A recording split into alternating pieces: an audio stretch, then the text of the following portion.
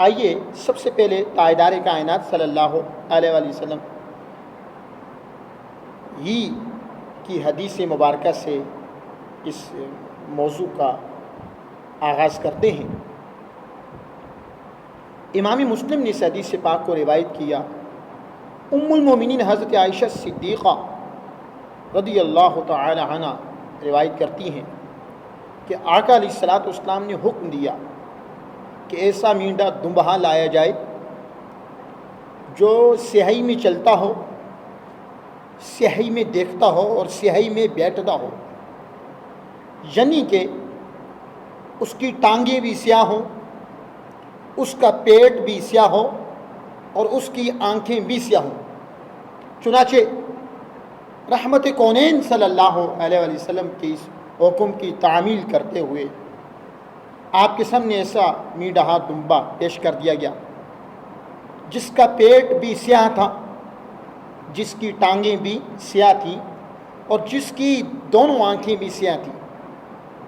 نبی کریم صلی اللہ علیہ وسلم نے پھر چھری کو منگوایا اور پھر فرمایا اسے پتھر پر تیز کرو۔ چھری کو تیز کیا گیا اور جان کائنات صلی اللہ علیہ وسلم نے وہ دمبا، وہ میڈہا ذبح کیا اور پھر فرمایا اے اللہ یہ قربانی میں محمد صلی اللہ علیہ وسلم کی طرف سے اور میری آل اور میری امت کی طرف سے ہے، تو اس کو قبول فرما۔ تو ایک مینڈا تھا، اس میں آقا علیہ الصلوۃ والسلام نے اپنی آل کو بھی شامل فرما لیا جو قربان کیا تھا۔ اسی دمبے میں وجہ تخلیق کائنات حضرت محمد رسول اللہ صلی اللہ علیہ وآلہ وسلم نے اپنی آل کو بھی، امت کو بھی شامل فرما لیا تھا۔ اب کوئی شخص یہ کہے دمبا اس پہ تو ایک ایسا ہوتا ہے، وہ پوری امت کے لیے کیسے کافی ہو سکتا ہے، یا پوری نسل رسول، اولاد رسول کے لیے کیسے کافی ہو سکتا ہے؟ تو جواب یہ ہے کہ یہ تاجدار کائنات صلی اللہ علیہ وسلم کے خصائص میں سے ہے۔ جیسا کہ انہوں نے فقط ایک صحابی کو اجازت دی کہ تم بکری کا 6 مہینے کا بچہ بھی اللہ کی بارگاہ میں قربان کر لو تو اللہ تمہاری قربانی کو قبول کرے گا، قربانی ہو جائے گی۔ یہ فقط تمہارے لیے اجازت اور کسی کے لیے نہیں۔ بیڑ کے بچے میں تو سب کو اجازت ہے، وہ حکم عام تھا خلاف قیاس کہ 6 مہینے کا بچہ ہو، دیکھنے میں سال کا لگتا ہو، تو اس کی قربانی کوئی بھی کرے تو اخلاص کے ساتھ، خضوع و خشوع کے ساتھ اللہ قبول کر لے گا۔ لیکن بکری میں یہ مسئلہ نہیں ہے۔ لیکن ایک صحابی کو اجازت دی تھی، اختیار تھا آپ کے پاس، تو آپ نے اس مسئلے کو اس صحابی کے ساتھ خاص کر دیا کہ تمہارے لیے خاص ہے۔ تمہارے بعد کوئی آئے کہ میرا 6 مہینے کا بکرا ہے، بکری ہے، تو میں اس کی قربانی کروں تو اس کی قربانی قابل قبول نہیں ہوگی۔ تو ایسے ہی آقا دو جہاں صلی اللہ علیہ وسلم نے جو دمبا ذبح کیا اپنی طرف سے بھی اور اپنی اولاد کی طرف سے بھی اور قیامت تک آنے والی اپنی امت کی طرف سے، تو یہ رحمت کونین صلی اللہ علیہ وسلم کے خصائص میں سے تھا۔ ایک اور مسئلہ عرض کروں کہ نابالغ اولاد کی طرف سے قربانی کرنی چاہیے یا نہیں، چونکہ نابالغ بچوں پر تو واجب نہیں ہے، لیکن کوئی ان کی طرف سے کر دے تو یہ بہتر ہے۔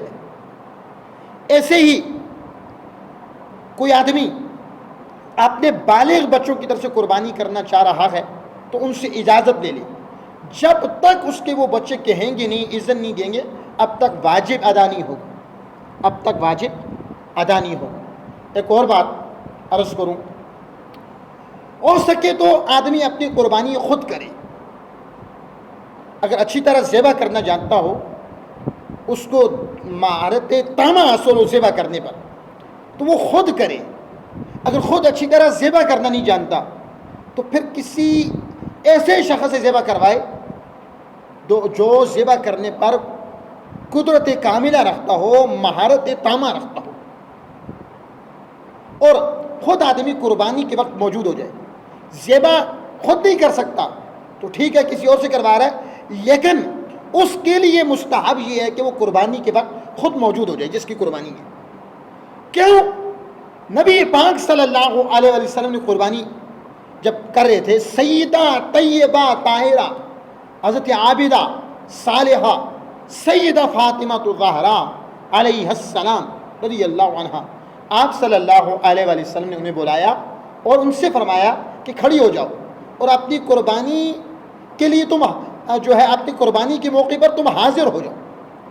تو سیدہ فاطمہ الزہراء رضی اللہ عنہ نے اپنے ابا حضور جان کائنات امام الانبیاء صلی اللہ علیہ وسلم کے اس فرمان کی تعمیل بھی کی. تو قربانی کے وقت اگر کوئی بندہ خود ذبح نہیں کر سکتا تو کم از کم اس کو حاضر ہونا چاہیے. اور ایک اور مسئلہ بتا دوں آپ کو میں، وہ یہ ہے کہ کسی شخص نے جانور خریدا قربانی کے لیے، قربانی کی 3 دن، کتنے دن ہیں؟ تیسرے دن کا جب سورج غروب ہو جائے تو کوئی قربانی کرے گا، اس کی قربانی قابل قبول نہیں ہے. ان 3 دنوں میں، قربانی کے 3 دنوں میں وہ آدمی قربانی نہیں کر سکا. جانور تو قربانی کے لیے خریدا، جانور تو قربانی کے لیے خریدا، لیکن قربانی کے جو 3 دن تھے ان میں قربانی نہیں کر سکا. تو اس کے لیے حکم شرعی کیا ہے؟ تو جواب یہ ہے کہ وہ جو جانور اس نے قربانی کی نیت سے خریدا تھا لیکن اس نے اس جانور کو قربانی کے دنوں میں قربان نہیں کیا، تو اب بعد میں اس جانور کو صدقہ کر دے. کیا کر دے؟ صدقہ کر دے. اس کو بیچ کے اس کی قیمت کو صدقہ کر دے. بیچا نہیں، ذبح کر دیا ہے، گوشت کو صدقہ کر دے. گوشت میں سے خود کچھ بھی نہ کھائے، اگر کھا لیا جتنا کھایا ہے اتنے کھانے کی قیمت کو بھی صدقہ کر دے، اتنے کھانے کی قیمت کو بھی صدقہ کر دے. یہ حکم شرعی ہے. اور رسول اکرم صلی اللہ علیہ وسلم کے غلاموں، ایک اور مسئلہ بھی میں آپ سے عرض کروں کہ قربانی، کوئی بھی شخص جب قربانی کرنا چاہ رہا ہے تو سب سے پہلے یہ قربانی کے مستحبات میں سے ہے کہ جانور کو بھوکا پیاسا ذبح نہ کیا جائے. اس کو کچھ نہ کچھ چارہ کھلا کے پانی پلا کے ذبح کیا جائے، اور چھری اس کے سامنے تیز نہ کی جائے، پہلے سے تیز کر لی جائے. چھری جانور کے سامنے تیز نہ کی جائے، پہلے سے تیز کر لی جائے. اور پھر ایک اور بات عرض کروں، ایک جانور کو دوسرے کے سامنے ذبح نہ کیا جائے، ایک جانور کو دوسرے کے سامنے ذبح نہ کیا جائے.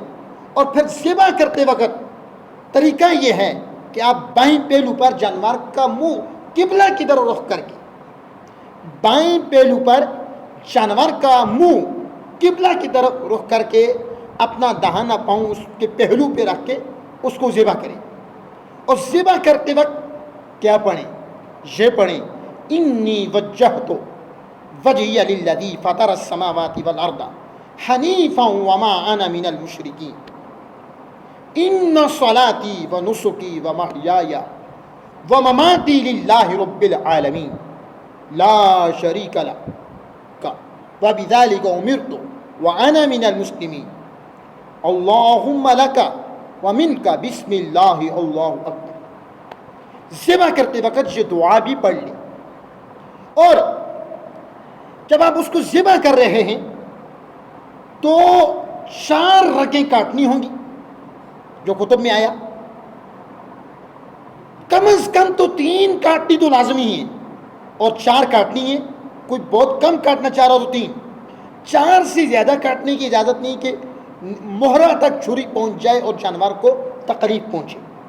4 رگوں کی بات عرض کر رہا ہوں، کاٹنی چاہیے.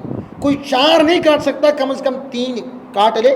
3 بھی نہیں کاٹے گا تو پھر اس جانور پر ایک الگ سے حکم لگے گا. اور ایسے ہی جانور کو ذبح کرنے کے بعد فی الفور اس کے ہاتھ اور پاؤں، اس کے جو ہے پاؤں نہ کاٹے جائیں. ذبح کرنے کے بعد اس کے آنکھ پاؤں نہ کاٹے جائیں، مطلب کہ 2 ٹانگیں پیچھے کی 2 سامنے کی 4. اور فی الفور چمڑا نہ اتارا جائے جب تک جانور کے اعضاء سے روح نکل نہیں جاتی، جانور ٹھنڈا نہیں ہو جاتا، اب تک آپ ایسا نہ کریں. چونکہ یہ جو ہے مستحب کے خلاف ہے. مستحب یہ اس پر آپ کو ثواب ملے گا کہ جب مکمل طور پر اس کی روح نکل گئی ہے, اس کا جسم ٹھنڈا ہو گیا ہے, پھر آپ اس کا چمڑا ہوتا ہے, پھر آپ اس کے جو ہے وہ پاؤں کاٹیں, اس کی ٹانگیں کاٹیں, پہلے ایسا آپ نہ کریں. اور ایک اور مسئلہ بھی عرض کر دوں کہ قربانی کا جو جانور ہے, یہ وہ مسائل جو آج بتا رہا ہوں پچھلے جمعۃ المبارک کو آپ لوگوں کو نہیں بتائے تھے, وہ جتنے بتائے تھے ان کو دوبارہ دہرا نہیں رہا ہوں, رپیٹ نہیں کر رہا ہوں. قربانی کے جانور کا جو چمڑا, جو کھال ہے, اس کا کیا حکم؟ حکم یہ ہے کہ اس کو صدقہ کر دے, صدقہ کر دے. مدارس میں دیتے ہیں, دین کی اشاعت کے لیے لوگ مدارس میں دے دے, کسی غریب کو دے دے. خود بیچ کے اس کے پیسے خود استعمال نہیں کر سکتا, لیکن ایک صورت میں بیچ سکتا ہے کہ بیچ کے چمڑا بیچ کے جو پیسے ملیں گے ان پیسوں کو, اس رقم کو صدقہ کر دے, اس رقم کو صدقہ کر دے.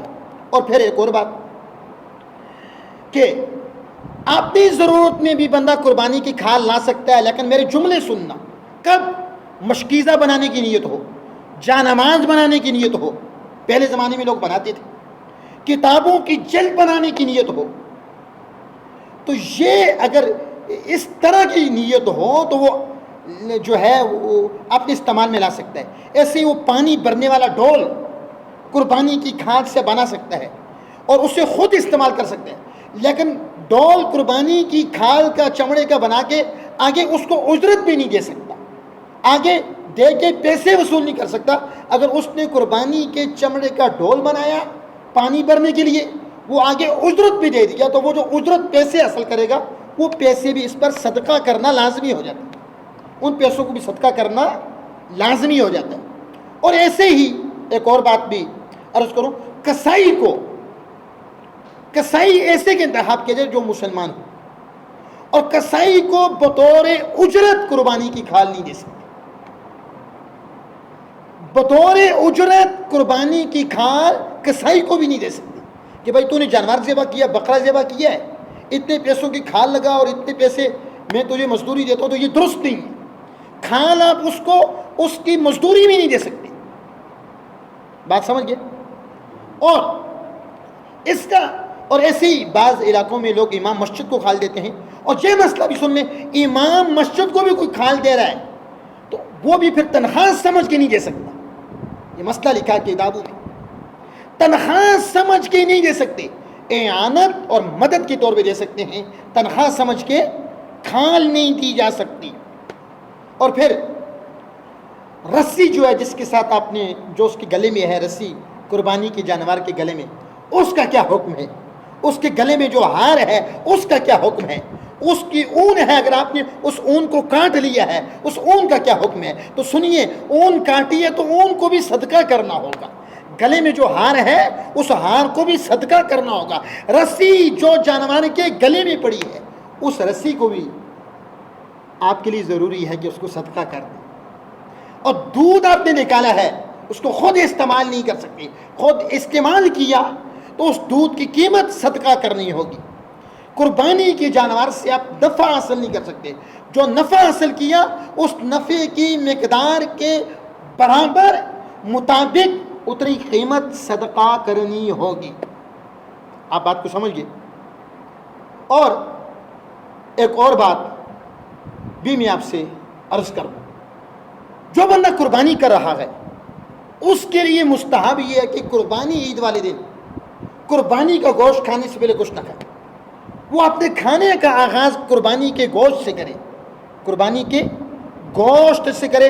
اگر کچھ اور بھی کھا لے گا گناہ نہیں ملے گا, لیکن زیادہ ثواب اور اجر اس میں ہے کہ وہ قربانی جو اس نے کی ہے اس گوشت کے ساتھ جو ہے اپنے کھانے کا آغاز کرے. اور نبی رحمت صلی اللہ علیہ وسلم کے غلاموں, قربانی کے گوشت کے 3 حصے کیے جائیں گے. کتنے حصے کیے جائیں گے؟ 3. پہلا حصہ, ایک حصہ جو ہے وہ فقراء پہ تصدق کر دے, صدقہ کر دے, فقراء پہ تقسیم کر دے, غریبوں پہ, مسکینوں پہ, یتیموں پہ. ایک حصہ قربانی کے گوشت میں سے. دوسرا حصہ اپنے اعزاء و اقارب, دوست احباب کو دے دے. اور ایک حصہ خود رکھ دے. وہ مسئلہ بھی ہے کہ اہل و عیال زیادہ ہو تو کل گوشت رکھنے کی بھی اس کو رخصت ہے، لیکن افضل یہ ہے کہ وہ 3 ایسے کرے. ایک حصہ غریبوں میں صدقہ کر دے، یتیموں میں، مسکینوں میں صدقہ کر دے. ایک حصہ اپنے دوست احباب رشتہ داروں کو، اعزا و اقارب کو دے دے، اور ایک حصہ خود رکھ لے. اور پھر آپ حلال جو جانور ہے، چونکہ قربانی بھی حلال ہی جانور سے کی جاتی ہے، بکری ہے، دمبا ہے، بکرا ہے، بھیڑ ہے، بھینس ہے، گائے ہے، اونٹ ہے. عمومی طور پہ تو قربانی کے جانوروں کو 3 قسموں میں تقسیم کیا جاتا ہے: اونٹ، گائے، بکری. بھینس گائے کے حکم میں آ جاتی ہے، اور بھیڑ وغیرہ یہ بکری کی نوع میں شامل ہو جاتے ہیں. تو یہ جو حلال جانور ہیں ان میں بھی 7 چیزیں حرام ہیں جن کو بندہ کھا نہیں سکتا. کتنی چیزیں حرام ہیں؟ 7 چیزیں حرام ہیں حلال جانوروں میں. ان کو بندہ کھا نہیں سکتا، وہ حرام ہے. کھائے گا تو گنہگار ہوگا. حلال جانوروں میں بہتا ہوا خون یہ حرام ہے، کوئی اس کو استعمال نہیں کر سکتا کھانے پینے کی صورت میں، یہ حرام ہے. اور اعلی تناسل یہ بھی حرام ہے، اس کو کوئی کھا نہیں سکتا. شرمگاہ اس کو بھی کوئی کھا نہیں سکتا. اور اس کے ساتھ ساتھ میں آپ سے عرض کرتا چلوں، مسانہ یہ بھی حرام ہے. جانور حلال ہے لیکن مسانہ حرام ہے، اس کا کوئی کھا نہیں سکتا. غدود اس کو بھی کوئی نہیں کھا سکتا. پتہ اس کو بھی کوئی نہیں کھا سکتا. خصیے ان کو بھی کوئی کھا نہیں سکتا. تو یہ 7 ایسی چیزیں ہیں حلال جانور میں، خواہ وہ اونٹ ہے، خواہ وہ بھینس ہے، بھینسا ہے، گائے ہے، بیل ہے، بکرا ہے. ان میں یہ جو 7 چیزیں ہیں تو یہ حرام ہیں، ان کو کھا نہیں سکتے، کھانے کی اجازت نہیں. کوئی کھائے گا تو اس کو بہت بڑا گناہ ملے گا. اور ایک اور بات، جہاں تک اوجڑی کا تعلق ہے، اوجڑی پر بھی زیادہ تر علماء کہتے ہیں کہ بہتر یہ ہے کہ آپ نہ کھائیں. اوجڑی اکثر لوگ کھاتے ہیں، لیکن یاد رکھیے گا اس میں نجاست ہوتی ہے. وہ جتنا دھو کے مرضی صاف کیوں نہ کر لیں، بھلے خوشبودار ہی وہ کیوں نہ بن جائے، لیکن اہل سنت ہی کے کئی علماء کے یہ اقوال موجود ہیں کہ اجتناب کرے بچے. اور بعض نے تو اس کو مکروہ تحریمی کہا ہے. اور ایک فتاوہ میں پڑھ رہا تھا، منہاج الفتاویٰ، اس میں اجازت دی ہے کہ بھائی ٹھیک ہے کھا سکتے ہیں. بہرحال اس میں کراہت ہے، نہ پسندیدگی ہے. تو یہی کہوں گا کہ اس اوجڑے کو کھانے سے بھی بچا جائے. تو بہرحال اس کے حرام ہونے نہ ہونے میں اختلاف ہے، لیکن جو دیگر 7 چیزیں میں نے آپ کو بتائیں، 7 چیزیں، ان میں سے بہتا ہوا خون، اعلی تناسل، غدود، خصیے، مسانہ، شرمگاہ، پتہ، یہ حرام ہیں. ان کے حرام ہونے میں کسی قسم کا کوئی شک نہیں ہے. تو ان کو کھانے سے حد الامکان، حد المقدور بچا جائے، اور کوئی کھائے گا تو اس کو گناہ ملے. اب کوئی آسان سے لفظوں میں اس کی وضاحت پوچھنا چاہتا، چونکہ میں وہ لفظ سراہتاً ادا نہیں کر سکتا ہوں کہ میں لاؤڈ اسپیکر میں بات کر رہا ہوں. تو آپ پھر الگ سے مجھے یہاں بٹھا کے پوچھ سکتے ہیں بھائی کہ اس کا جو آسان سا کوئی لفظ بتا دیں، تو پھر میں آپ کو الگ سے سمجھا دوں گا. اب چونکہ لاؤڈ اسپیکر کے ذریعے گفتگو کر رہا ہوں، تو وہ جو حرام چیزیں ہیں یہاں جو ہے الفاظ لانا تھوڑا سا میرے لیے مشکل ہو رہا ہے. تو حاضرین محترم، یہ تھی قربانی کے چند مسائل جو میں نے عرض کیے. آج جو ہے ذو الحج کا قربانی عید سے پہلے کا جو جمعہ ہے وہ لاسٹ ہے. کل قربانی عید ہے اور یہ بقرہ عید ہے. 3 دن تک جو ہے آپ قربانی کر سکتے ہیں. بہتر یہ ہے کہ پہلے دن کر لیں. کوئی پہلے دن نہیں کر سکتا تو دوسرے دن کر لے. کوئی دوسرے دن نہیں کر سکتا تو تیسرے دن کر لے.